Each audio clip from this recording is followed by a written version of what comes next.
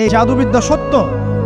এবং এখনকার অনেক ভণ্ড যে কবিরাজগুলো বের হয়েছে, এরা জিনকে তাবে করে নিয়ে এই জিনদের মধ্য দিয়ে মানুষের মধ্যে জাদু ছড়িয়ে দিয়েছে এবং এর ফলশ্রুতিতে বহু পরিবার ধ্বংস হয়ে যাচ্ছে। এই জাদুবিদ্যা সত্য। আরো একটা জিনিস সত্য, নবী সাল্লাল্লাহু আলাইহি ওয়াসাল্লাম বলেছেন ইন্না আইনাল হক, চোখের নজর সত্য। নবী করিম সাল্লাল্লাহু আলাইহি ওয়াসাল্লাম বলেছেন চোখের বদনজর সত্য। এই যে আমরা বলি ফেসবুকে এত বেশি ছবি দিয়েন না ভাই, ছবি তুলেন না, বারবার যে নিষেধ করি, কারণ কি জানেন? একটাই কারণ, বিকজ চোখ লাগাটা সত্য। মানুষের চোখ লাগে, এই কথা শুনলে অনেক মজুমদাররা হাসবে না? কথা বুঝতে পারেন নাই? কিন্তু এটা সত্য, কারণ নবী করিম সাল্লাল্লাহু আলাইহি ওয়াসাল্লাম যা বলেছেন সাদাকাল্লাহু ওয়া সাদাকা রাসূলুহুল কারীম, নবী যা বলেছেন, আল্লাহ যা বলেছেন চিরায়ত সত্য, এর বাইরে কোনো সত্য আছে? আচ্ছা দেখেন, আমি বললাম যে জাদুবিদ্যা সত্য। এই জাদুবিদ্যার চর্চা মানুষ করে, এখনো করে, এবং এই জাদু দিয়ে মানুষের ক্ষতি করার জন্য জিনের প্রয়োজন হয়, দুষ্ট জিন।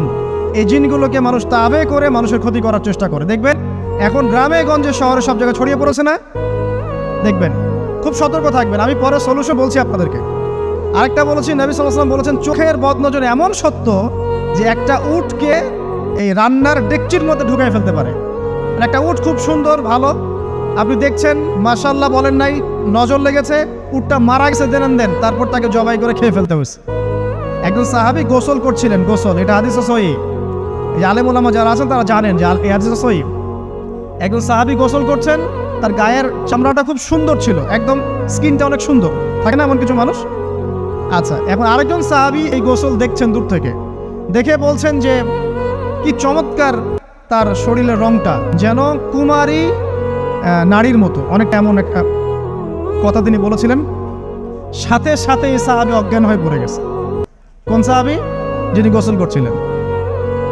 এটার আপনি কোনো ব্যাখ্যা দিতে পারবেন না তো, এখানে কোনো সায়েন্স দিয়ে বা মেডিকেল সায়েন্স দিয়ে আপনি কোনো ব্যাখ্যা করতে পারবেন না। একটা ব্যাখ্যা দিতে পারেন, কিন্তু কেন সেটা হলো সেটা আপনি অ্যান্সার খুঁজে পাবেন না। তো নবী সাল্লাল্লাহু আলাইহি ওয়াসাল্লামের কাছে নিয়ে যাওয়া হলো তাকে। তিনি বললেন যে এই ব্যক্তির ব্যাপারে কি কেউ ভালো মন্দ কিছু বলেছিল? তখন একজন সাহাবী বলেন হ্যাঁ, অমুকে বলেছে এর স্কিনটা অনেক সুন্দর, ওকে ডেকে নিয়ে আসুন। ওকে ডেকে আনা হলো। ডেকে আনার পর নবীজি তাকে অনেক শাসালেন, তোমরা তোমাদের ভাইদেরকে কি মেরে ফেলতে চাও? তখন এই সাহাবী তো অবাক, আমি আবার কখন মারতে চাইলাম ইয়া রাসূলুল্লাহ? আমি তো মারতে চাই নাই, আমি তো খালি বলেছি যে তার গায়ের রংটা অনেক সুন্দর। তখন তিনি বললেন কেন তুমি সুবহানাল্লাহ বললে না, কেন তুমি মাশাআল্লাহ বললে না? যখন মাশাআল্লাহ বলবেন, সুবহানাল্লাহ বলবেন, নজরটা লাগবে না। আর যখন আপনি মাশাআল্লাহ বলবেন না, সুবহানাল্লাহ বলবেন না, দেখবেন নজর লেগে গেছে। আপনি বিশ্বাস করেন ব্যবসা খুব ভালো চলছে, মানুষ বললো যে বাহ তোর তো ব্যবসা হেভি, লালে লাল শাহজালাল, ঠিক আছে, দেখবেন আপনার কেনা বেচা বন্ধ হয়ে গেছে। এরকম হবে, আমার কথাটা বিশ্বাস করেন।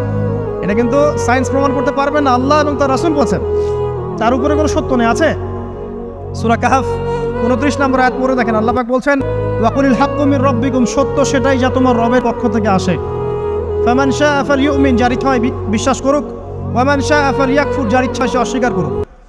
এই কারণে আমরা বলি ফেসবুকে এত বেশি ছবি দেওয়া, এই আই ওয়াশ করা, এই যে শোডাউন করা, হ্যাঁ ইসলামের কিছু কাজ করলেন একদম মানুষকে না দেখাইতে পারলে ঘুম হচ্ছে না, এগুলো বন্ধ করেন, এগুলো বন্ধ করে দেন আল্লাহর ওয়াস্তে। অফলাইনে কাজ করেন, নিজেকে গোপন করার চেষ্টা করেন। যত বেশি মানুষের কাছে নিজেকে এক্সপোজ করবেন, কাজের বরকত কমে যাবে, চোখ লাগবে, নজর লাগবে। এবং চোখ লাগা বদ নজরে বহু আলেম আস্তে আস্তে মাটিকে মাইনাস হয়ে গেছে না? যায় নাই? এখন কি আলেমদের সংখ্যা বেশি না কম? যত দিন যাবে আলেমের সংখ্যা আরো কমে যাবে। নবীজি বলেছেন আলেমদের সংখ্যা কমতে থাকবে, মানুষ জাহেলদেরকে আলেম বানিয়ে নেবে। তো প্রিয় ভাইরা, জাদুবিদ্যা সত্য, চোখের বদনজর সত্য, রাতের এই অনিষ্টগুলো সত্য, রাতের বেলা অনেক ক্ষতি আছে। এই জন্য নবীজি বলছেন বাচ্চাদেরকে বাইরে বের করো না, এবং তোমরাও রাত যখন গভীর হবে তখন এদিক ওদিক ঘোরাফেরা করো না। দেখবেন রাত যত গভীর হয় আমাদের শহরগুলো তত জীবিত হয়, তাই না? রাত যত গভীর হচ্ছে শহর তত জীবিত হয়। চায়ের দোকানে আড্ডা বেশি, ওই সিনেমা দেখছে, টিভি দেখছে, ক্যারাম খেলছে, লুডো খেলছে। ঘুম কখন? ফজরের আগে। ফজরের নামাজ কিন্তু নাই, ফজরের ঠিক আগে আবার ওই যে জোহরের নামাজের সঙ্গে উঠতেছে। কারণ আমাকে বলেন এরকম জেনারেশনকে দিয়ে কি আসলে ইসলামের কোন খেদমত হবে? আচ্ছা, নবীজি রাতের বেলা আর্লি ঘুমাতেন। আল্লাহ পাক আমাদের সবাইকে তাড়াতাড়ি ঘুমানোর তৌফিক দান করুন। হ্যাঁ, আপনি ইলম চর্চা করলে রাত জেগে থাকতে পারেন, আপনি যদি জ্ঞান চর্চা করেন রাত জাগতে পারেন, আপনি কোনো গবেষণা করছেন, নামাজ পড়ছেন বা কোরআন হিফজ করছেন, আপনি রাতে আর্লি উঠবেন, এটা আলাদা বিষয়।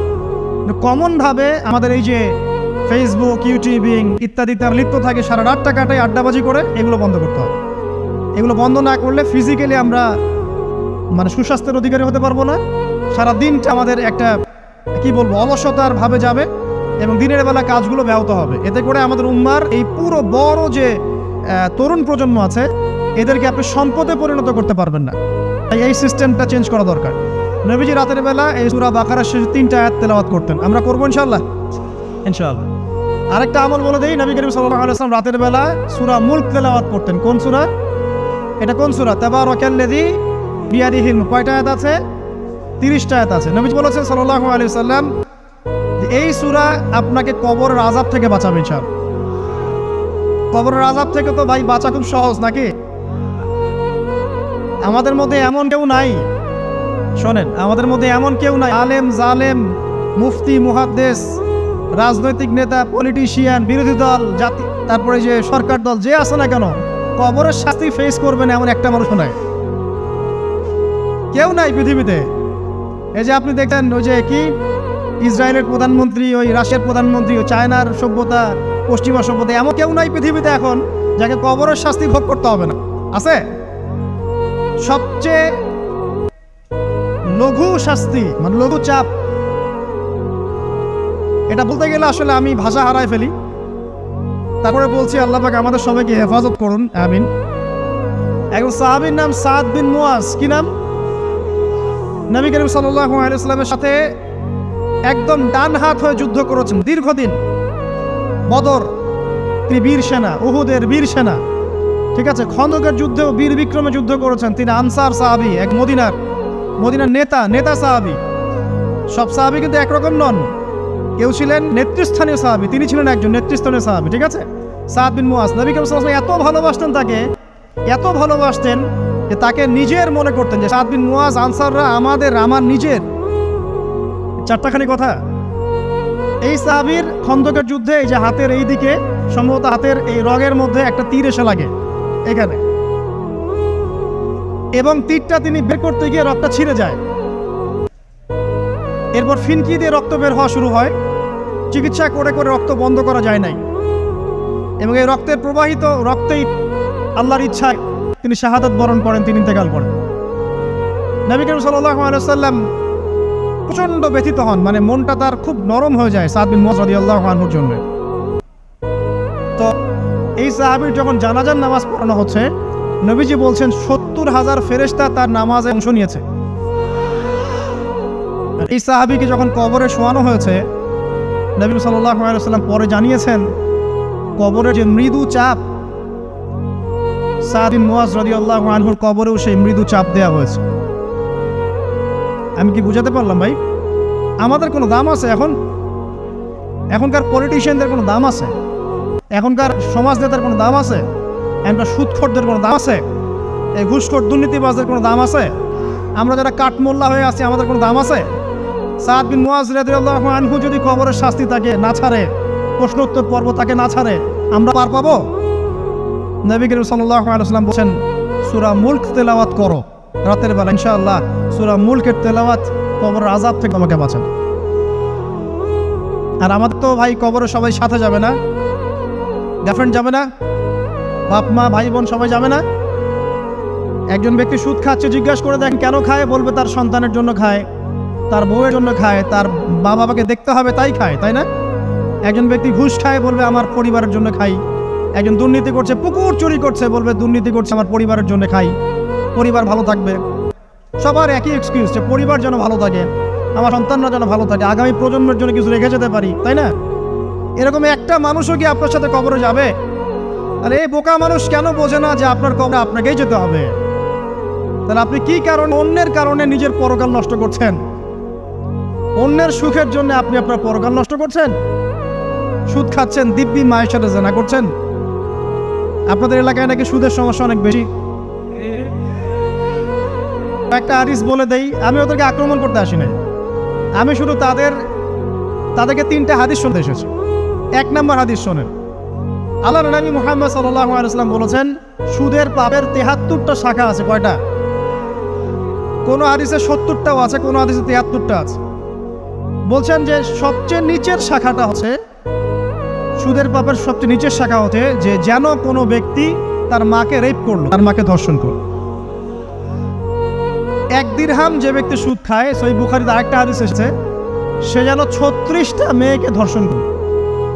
আর আমি একটা কথা বানায় বলছি না, যদি বিশ্বাস না হয় কমি মাদ্রাসা আছে, আলেম ওলামা আছে, গিয়ে বুখারী খুলতে বলেন, পড়তে বলেন, তাহলে একবার পড়তে বলেন, দেখেন যদি না থাকে তাহলে আমাকে এর সাথে থাপ্পড় দিয়ে যায়। যদি না থাকে হাদিস এটা, তাহলে আমার গালে একটা থাপ্পড় দিয়ে যায়। আর যদি থাকে তাহলে আল্লাহর রাস্তায় সুদ খাওয়া ছেড়ে দেন। কোনটা করবেন? চ্যালেঞ্জ করবেন? নবীজি বলেছেন 1টা দিরহাম যে ব্যক্তি সুদ খায়, দিরহাম মানে কি? রৌপ্য মুদ্রা। এটা এখন দেখতে পারবেন না, জাদুঘরে আছে।